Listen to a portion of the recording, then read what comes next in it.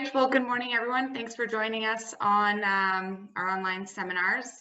Today, we'll be presenting a topic with myself, Erin Baun. I am the GTA Unilock Territory Manager. And on the call, we have Scott Wentworth, who is a landscape architect and president of Wentworth Landscaping. He has over 100 employees that help design, build, and maintain his landscapes. So welcome, Scott. I should also mention that Thank you, Erin. Glad to be here. I should mention you are also a Unilock Authorized Contractor for the last 26 years, I believe. I think it's something in that range, absolutely. Great. So today, Scott and I are going to be talking about knowing your customer.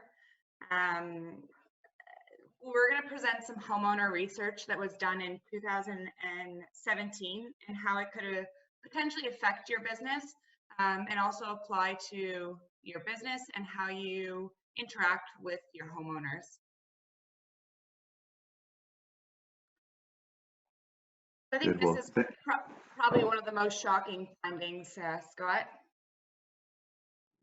It is, and it's showing, I think, a trend through here. This is fantastic information to have, all these slides through the survey that was done, because we all have preconceived ideas to it, but it's really good to be able to have this, to be able to take stock and give some consideration to it. And I think this really is true, that younger homeowners are doing more work.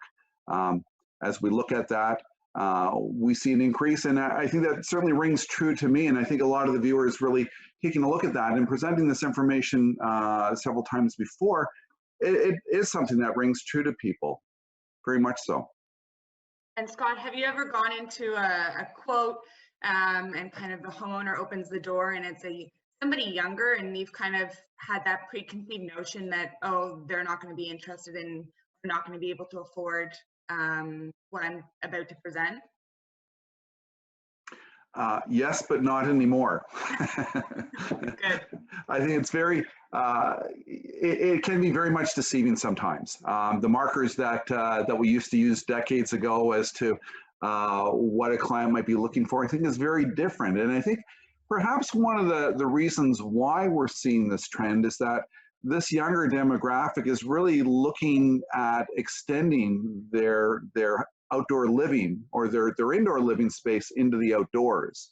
And with that, I think the reason for that comes from HGTV programs, magazine articles, just a bit of a social expectation that you're going to be doing more socializing outdoors and that you're more connected with the outdoors as well. So I think that's really the rationale, whereas in generations before it was slightly different than that. It was more nuanced than that, but I think there's different whys, different reasons why people are doing these larger projects. Makes sense. And here you can see that these younger homeowners are also hiring more contractors and less likely to do it themselves. I think that feels very intuitive, that that's what's happening. And I think that goes with busier lives. You know, this current generation with a young family in this demographic and such, two household incomes, where's the time to take on a large project and do it yourself? It's enough work just to get engaged in planning the project and working through that, but to actually take it on is something that doesn't fit into a lot of clients' lifestyles or available time. And they also, I think, recognize there's a level of expertise in doing this work that a lot of people just simply don't have. Yeah, I mean, we know that it does require a lot of equipment, knowledge, and labor to execute some of these projects. Very much so, and it's great in that also, I think, shows the opportunity to partner with our clients very much. So be that trusted partner, that source of both information and skills and craftsmanship for it, and a willingness from the clients to take on that kind of partnership with us as well. Sure. Well, we'll jump to this next slide here. And this one, I think, really hit home to me, that younger homeowners do larger projects. And In this research, we've classified a larger project as 1,500 square feet or more. And you can see here that pretty much 3/4 of the pie is that younger homeowner demographic. Yeah, and I think that again speaks to the nature of the projects and what clients in this demographic are looking for. When you think of the size of that, 1,500 square feet, that would be more than half the square footage of the average size home. Right. And when you're looking at increasing your outdoor living space in a hardscape of that size, that really speaks to having quite an extensive outdoor living space, whether that's for an outdoor kitchen, dining, entertaining spaces around a fire pit. You're going to be including those kind of features in a project of that size. Yeah, so basically creating an extension of their home and increasing their living space. Very much so. I think this speaks to exactly what you were just talking about when you're discussing features. So if we look here under the category of 25 to 44-year-olds and projects that they have completed, you can see the increase in different features here over the other two demographics.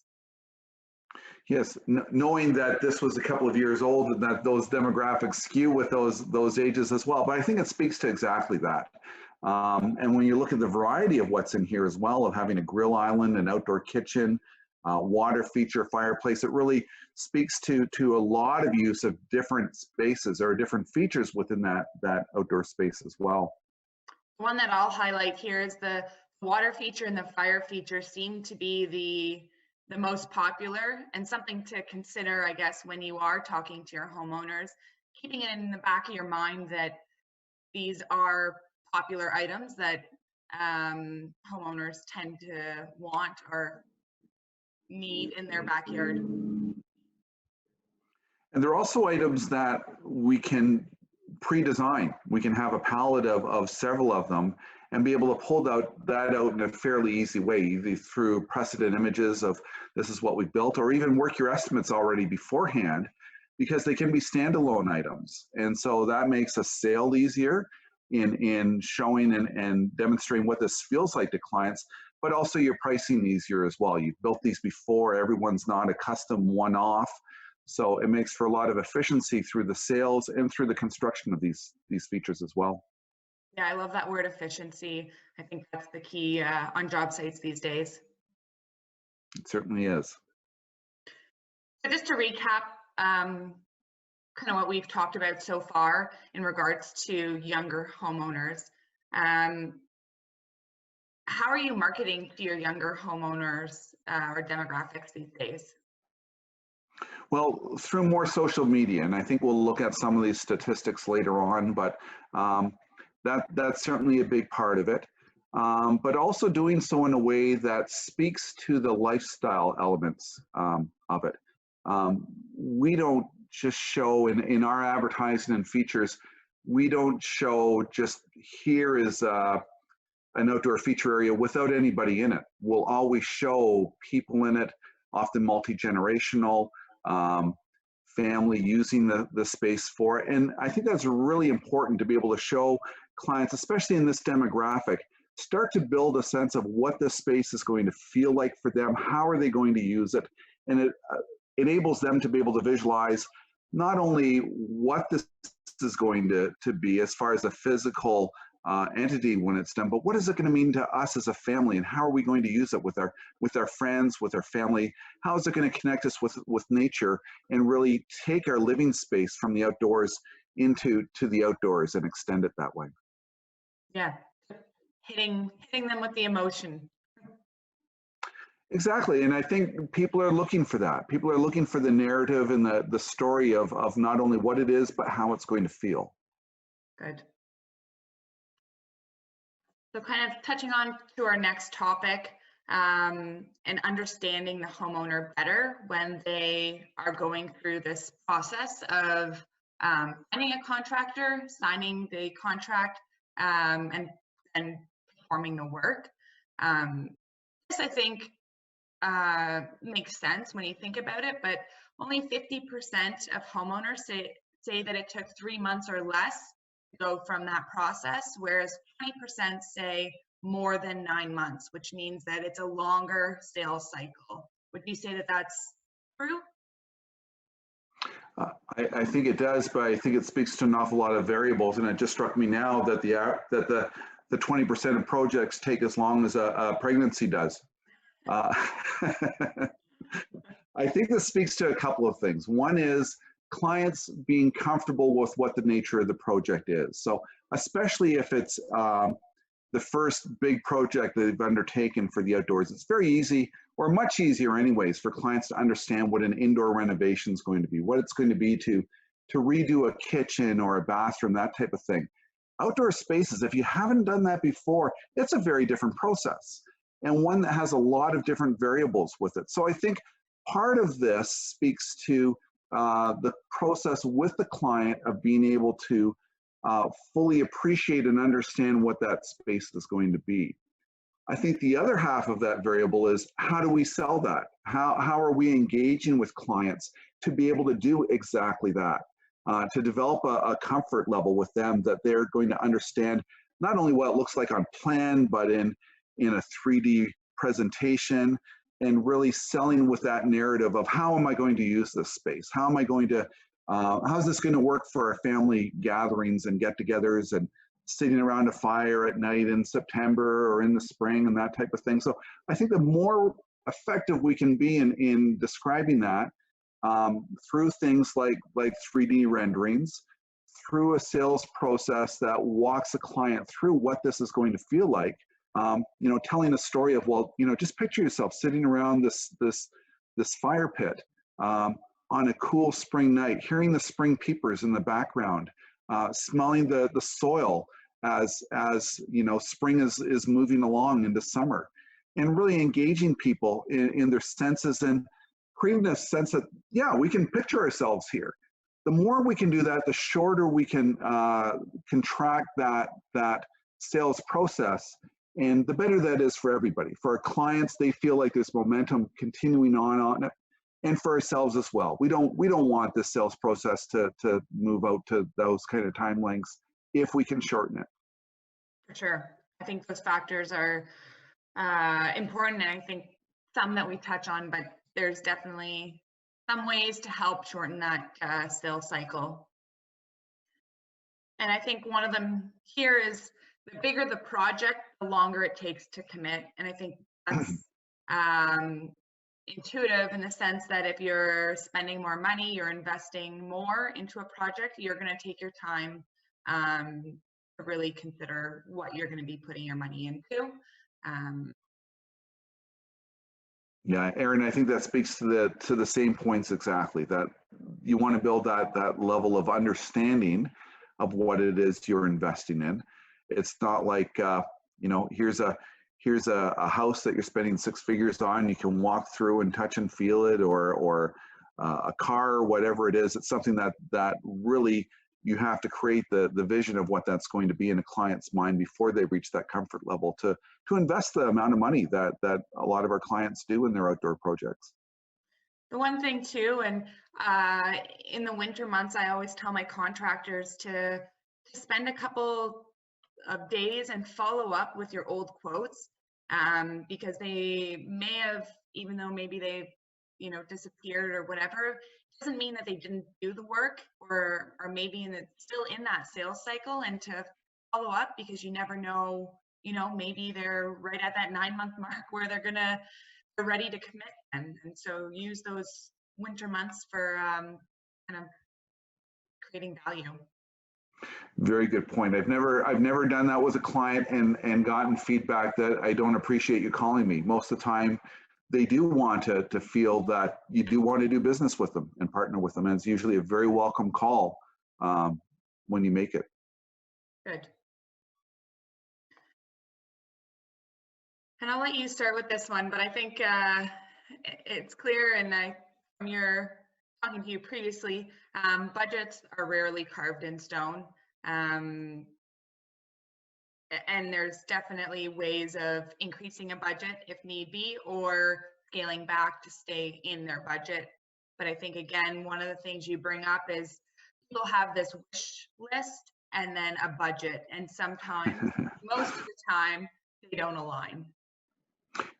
Yeah, that's very often the case. And I think that speaks back to, again, people understanding more interior renovations than they do exterior renovations for it. So budget is so important to be able to have a candid conversation right from the very start. Every call as it comes in here, we ask the question of our clients, how much are you willing, or how much are you thinking of investing in this project? And clients will sometimes have an amount for it. We do see programs that say, whatever you do, don't tell your contractor what your budget is. And I don't know what they're thinking, that you're just going to take advantage because the budget's always lower than what the expectations are. No, it's always the other way around, right? So I've never had a client say my budget is, multiples higher than what my expectations of my wish list are. So when we do have clients that are hesitant to give us a budget, we'll ask a question, something along the lines of, well, are you thinking of investing $20,000 in this project? We might get in, well, yeah, I'm thinking of 20,000. Well, are you thinking of investing 30,000? Yeah, I'm thinking of investing 30,000. How about 50,000? No, I'm not thinking of investing 50,000 in this. Okay, well, now you start to be able to hone in and get an understanding of it. You never want that conversation to be at the close of the sale. Things don't go well when you haven't talked about budget right from the outset, and it really gets you on the same page and walking in sync that way. I love that process that you spoke about of kind of giving those milestones in the budget. I think it's something that anyone can take away and use that as a way to gauge budget.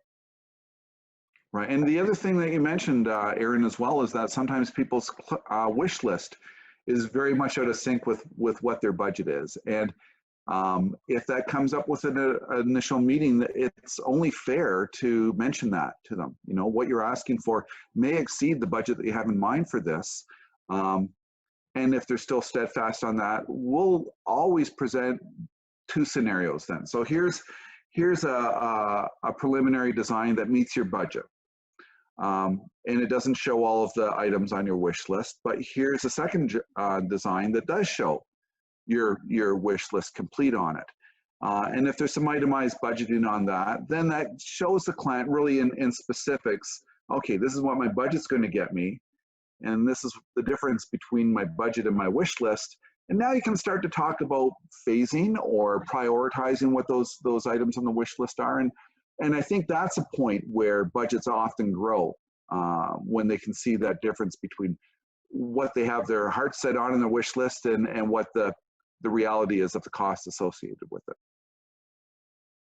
Yeah, you kind of jumped into the other slide here because it talks about kind of where those budgets can slide. And the stat here is that almost 30% of homeowners who had a budget overspent it. And there's specifics here, like the younger age group is overspending, higher incomes, new homeowners, pool projects, and then the larger projects as well. And again, I think that this is mainly because people don't realize the cost of doing one of these projects. So it's easy to set a lower budget, but once they get educated and see the end results through a 3D design, more likely to increase their budget. And like you mentioned, Scott, providing those line items with those feature items that they do want, I think is a great way to give homeowners some options, and almost like they're being able to dictate their own budget at that point. I think there's some confidence to be taken in that as well, seeing that 30% are willing to overspend the budget when they actually see what those features would be, what that adds to the project. So not to necessarily shy away from that. People have hired you for the expertise that you bring to a project, so don't shy away of being able to present that to them. Thanks. Well said. And really this, I think, speaks to that, the look, the feel, and seeing that end, the end project. So again, these are influencers on the look of the project. So again, how we can increase that budget if needed be. Well, when you look at these combined being 49% between how it functions and how it looks, and I think those two really are very much interwoven from a sales presentation and from a design standpoint. It needs to do both. You know, a project that looks good but doesn't function well isn't going to build you raving fans from that, and a project that functions well but doesn't look very good is going to do the same. You really need to be able to accomplish both of those things, and that is where 3D design comes in. That is where an engaging sales process allows the client to be able to understand both of those things. They're really two sides of the same coin, I think. For sure. And really, if you look at it, the function and the look of the project are pretty much 50% of the actual, you know, like available cash and your equity that you have. So it's just interesting that look and function have such a large role in influencing the project. Very much so. And here we kind of jump into looking at the estimates. So I'll let you speak to this, Scott, because I mean, you go through this daily, but you see this as true, being that in this graph, 56% were only the one estimate and still got the job? I do find it true, and I think this is something that we should really take a lot of confidence in. What a great feedback item statistically to get, that only 1 in 5 clients select the low bid on it. So that leave that for your competition, and then you take your choice out of the other 4 of those 5 for it that are really looking on these factors that we've just talked about. That engaging sales process that speaks to how a project functions and looks. Even 15% here taking the highest, and 56% taking one estimate only. I think that speaks to something that we'll get in a little bit later through this of building referrals and building raving fans through that process. Yeah, confidence is definitely key, and I think that this really should emphasize that. So just again, some key takeaways here when we talk about budget and potential objections. We've spoke about it, but just looking at the ways to be able to phase a project, scaling back, and like you mentioned, presenting options within a budget, and then an option that maybe hits their wish list to show them the difference and potential of a project. And I think the role of the 3D design or an effective sales process in selling a project and upselling a project, and then the education of a project cost when it comes to a younger demographic, whether it be their first larger project, and educating them on what will be happening and why the cost is what it is.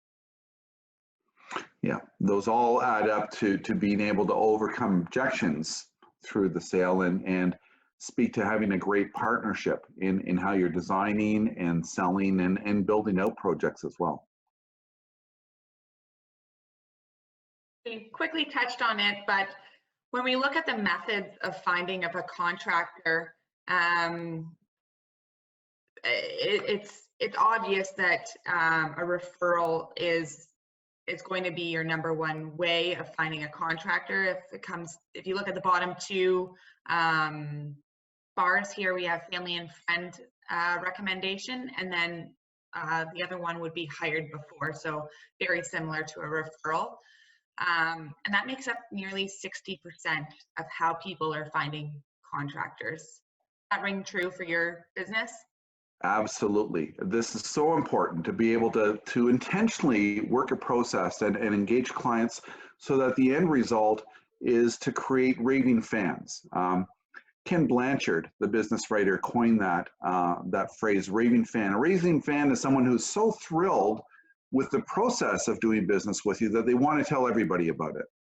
And we've all heard those recommendations from people, and you want that to be the outcome of your process with clients, so that when they overhear friends or family speaking that, oh, we're thinking of redoing the backyard. Well, let me tell you, you need to speak to Joe, because Joe is he's done 3 projects for us now, and he's the guy that you've got to get. Here's his name and number. We've all heard that. We probably said that ourselves as well. And that recommendation from a raving fan of having gone through this process with you before out trumps any kind of other marketing that you can do. That's awesome. I really like that term, raving fan. And then sources of leads. Again, your number one is definitely going to be your referrals from your past clients. The one that sticks out here as basically your number 2 source of leads would be your social media. Again, if we look at the research, it's done in 2017, 2018. So I would even say, in the last 3 years, this potentially would have increased as well. Do you guys do some work on social media? We do extensive work on social media, and I think you're absolutely right with that, Erin. I think everything is so fluid within this realm that these statistics can change very quickly. And I think there's probably a significant variation. Be interesting to look at the survey by demographics on this as well. So if we were focusing on that younger demographic of 25 to 44, what is their percentage of leads from social media? I think it would be considerably higher than 5% on that. And that's a good thing for companies to track as well. It's a really good habit to get into on that initial lead sheet to ask people, how do they come to know your company? How do they come to call your company? And just have a few boxes there, social media, referral from a friend, that type of thing, and be able to track that yourself so that you can start to be able to substantiate what your experience is. And perhaps that validates money that you're spending and investing in social media and that type of thing. Or maybe it's telling you there's a bit of a gap here. We aren't getting contacts and we aren't doing a good job with that, so maybe we need to step that up. Simple way of doing it, but I think it gives you pretty good reflection on where your leads are coming from. Sure, and when you look at that 5% from social media, it does seem a little low. The other thing I'm thinking of is a homeowner gets a referral from a friend, but then goes to your Instagram, potentially, or Facebook to kind of validate that referral. So and looks through, oh yeah, they do nice work. Looks like they run a great crew, and then make the call. But that lead source is originally a referral, but they are using that social media to kind of validate the referral. Yeah, I can't think of clients that haven't visited our website or seen us on social media, which again, we invite them to do from the first call to just start to have them become familiar with our services if they haven't already, but majority of cases they already have. Perfect. And again, this is just kind of same chart, but just emphasizing those 70% of leads are coming from referrals or previous customers, and how important it is to leave that positive impression in your previous customers' home or minds, because it does affect your referral rate going forward. If you're not doing the job that your clients are expecting, you're not going to hit that 70%. And if you really are exceeding their expectations, I think you could probably lead with a higher percentage than that, where they aren't seeking other quotes. You aren't competitively bidding on things. So you're absolutely right, Erin. This is really vital in developing your leads through your pipeline. So this is just, again, our final summary slide and kind of key findings and what it means to you as a contractor. I think the big one here that is a huge takeaway is that the younger homeowners are hiring more contractors and have a higher budget and doing larger projects.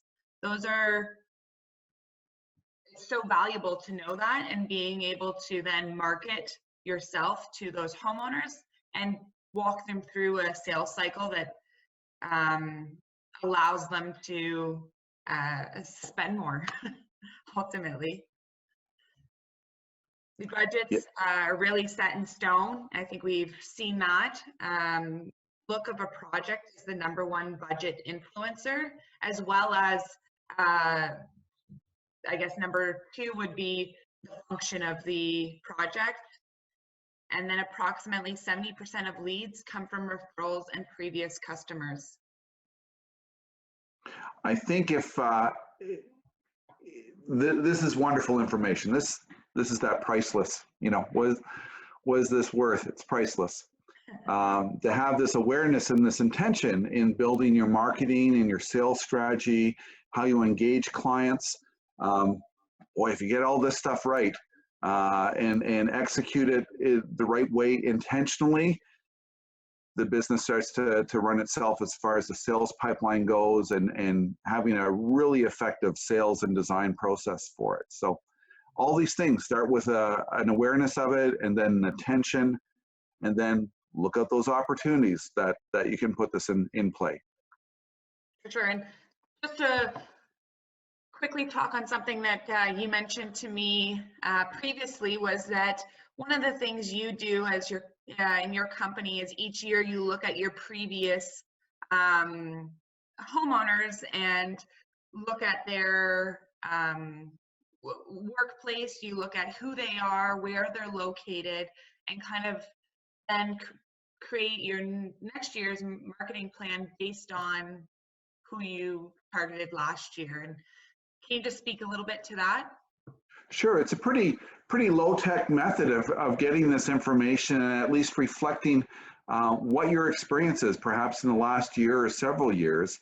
What we ask our sales team to do in our various departments is to go back, take your client list, and bracket what those clients, what their age group is, what their demographics would be. And usually we have a sense of their occupation, whether they're in the medical field or retired or a businessman, that kind of thing. And then we have different categories that we can break that down into as well. And then we'll divvy that up by number of projects, or by even project value, to get a sense of where those demographics are fitting. We have multiple markets in our company, so we do that by area.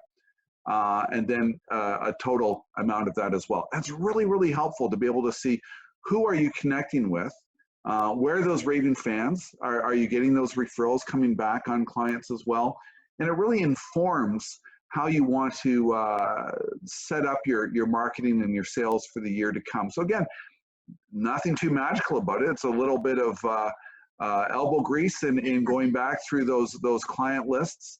And then just tallying those things up to be able to get a sense of who that is and who you should be reaching out to. Thanks for sharing. I think that's an extremely valuable process to go through each year.